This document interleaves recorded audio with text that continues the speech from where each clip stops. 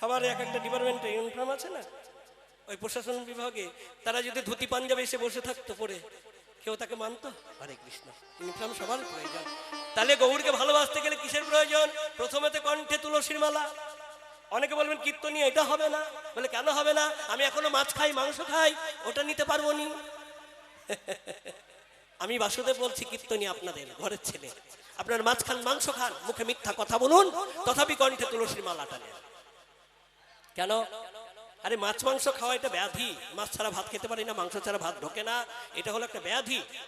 এই ব্যাধি যাদের হয়েছে তারা কি করে?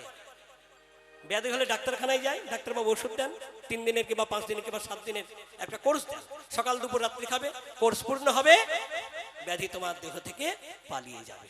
ঠিক তদ্রূপ এই মাছ ছাড়া ভাত ঢোকে না, মাংস ছাড়া ভাত গিলতে পারি না, এই ব্যাধি যাদের হয়েছে, ডাক্তার রূপী গুরু ধরুন, গুরু বক্ষ মাঝে জড়িয়ে ধরে কর্ণে নাম দেবে। এই নামের গুণে আর মালার গুণে এমন একদিন আসবে যে মাছ মাংস আপনাদের ছাড়তে হবে না, মাছ মাংস আপনা হতে আপনাদের কাছ থেকে পালিয়ে যাবে। নিতাই গৌর হরি হরি। আগে লাইনে দাঁড়ান তো, লাইনে দাঁড়ালে তো ডাক পাবেন, লাইনে না দাঁড়ালে ডাক পাবেন? লক্ষ্মীর ভান্ডার পান না? পান তো। লক্ষ্মীর ভান্ডার পেতে গিয়ে লাইন দিতে হয়েছে না, ফর্ম ফিল আপ করতে হয়েছে, জমা দিতে হয়েছে, তবেই তো ঢোকে অ্যাকাউন্টে, তাছাড়া তো নয়। তো লাইনে না দাঁড়ালে পাবেন কেমন করে? তাই বলছি, গৌরকে ভালোবাসতে গেলে আপনারা কণ্ঠে তুলসীর মালা নেন, তিলক সেবা করুন, বদনে হরি বলুন, কৃষ্ণ বলুন, মানব জীবন ধন্য হবেই হবে।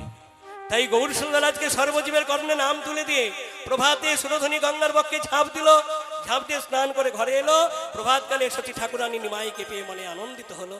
নিমাই ঘরে গিয়ে ভিজা বসন পরিত্যাগ করে শুষ্ক বসন পরিধান করলো, সুন্দর করে সুস্থ হয়ে দাঁড়ালো, মায়ের কোলে বসে ক্ষীর স্বর্ণবনী সেবা করলো।